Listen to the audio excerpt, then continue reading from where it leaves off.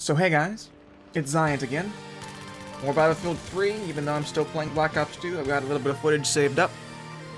And I wanted to jump right into it with a talk about aesthetics. Now, I'm not going to get into the philosophy of aesthetics and what makes art or what doesn't.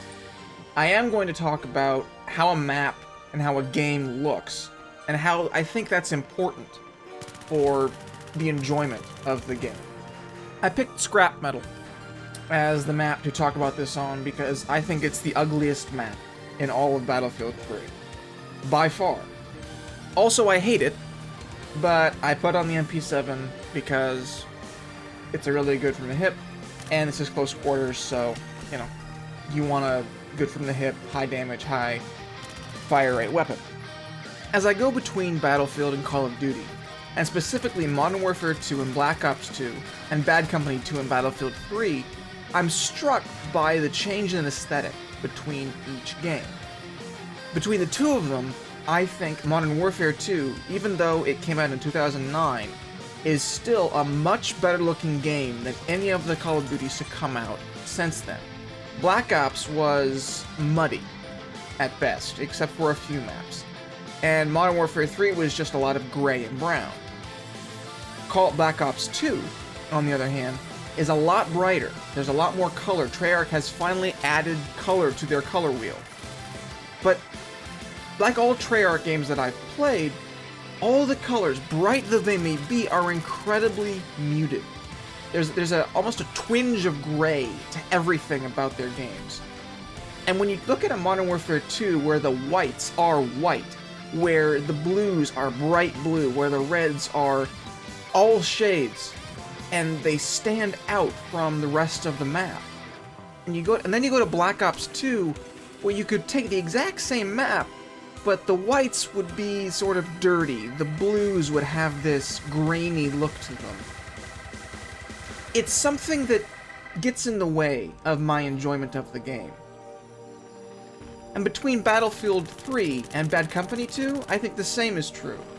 Battlefield Bad Company 2, it wasn't Team Fortress 2 colorful. It wasn't cartoony. It looked good. It looked real. But it was colorful. There was a lot of really good color here. And the same could be said for Battlefield 3. Certain maps, Caspian, Armored Shield, Alborz even. But then there are maps like Grand Bazaar and Metro, at least when you're in the subways, where everything is very monocolored. The Grand Bazaar and the Metro subways are blue. Lots of blue, and that's it. And then you go into a map like Valparaiso, or Isla Inocentes, or Laguna Preza, or Laguna Alta, or any of the Rush maps. Even Erica Harbor, for all its brown, had some very interesting colors in that brown. And given the choice between the two of them, I would take the Seasick Crocodile, but between the two, I think Battlefield Bad Company 2 looked better. And I'm not talking about graphics, I'm talking about the art style and the color palette. I think it looked better than Battlefield 3 because, much like Treyarch games, Battlefield 3, all of its colors are muted. And you can see this especially on scrap metal. Everything has this gray to it. And that's probably because it's an industrial ruin. You know, there's nothing here but scrap metal. It's a giant industrial area that has been abandoned, so it's supposed to look kind of grimy. But even if you go to Ziba Tower, or Danya Fortress, or even 925, possibly the most colorful of all of them, the whites are still slightly gray, or a pale yellow. The reds and the browns are this sort of muddy color. And then you have the underground, which I've made clear that I absolutely hate on 925, and that goes back to the DICE's color palette for all of Battlefield 3, lots and lots of blue. Now, I'm fine with blue. My eyes are blue. I like the color blue.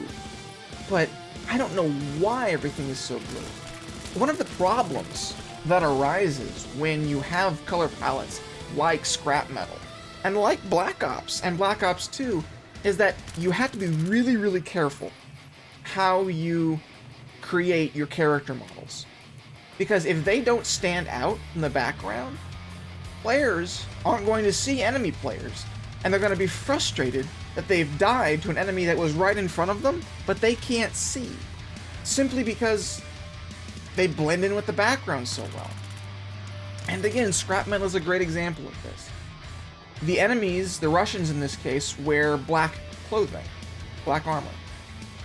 And most of scrap metal takes place in the dark, in the black. So the Russians have a much bigger advantage aesthetic-wise than the Americans do, because the Americans are wearing this brightly colored camo. Now it is brown, they do still mesh a little bit with the background, but it is a lot nicer to play as a Russian because you have an advantage. And then in Call of Duty, Modern Warfare 3 was terrible as far as characters popping in and out. And when you don't take the time as a designer to think about how the character blends with the environment and how the environment looks, you're not doing your job.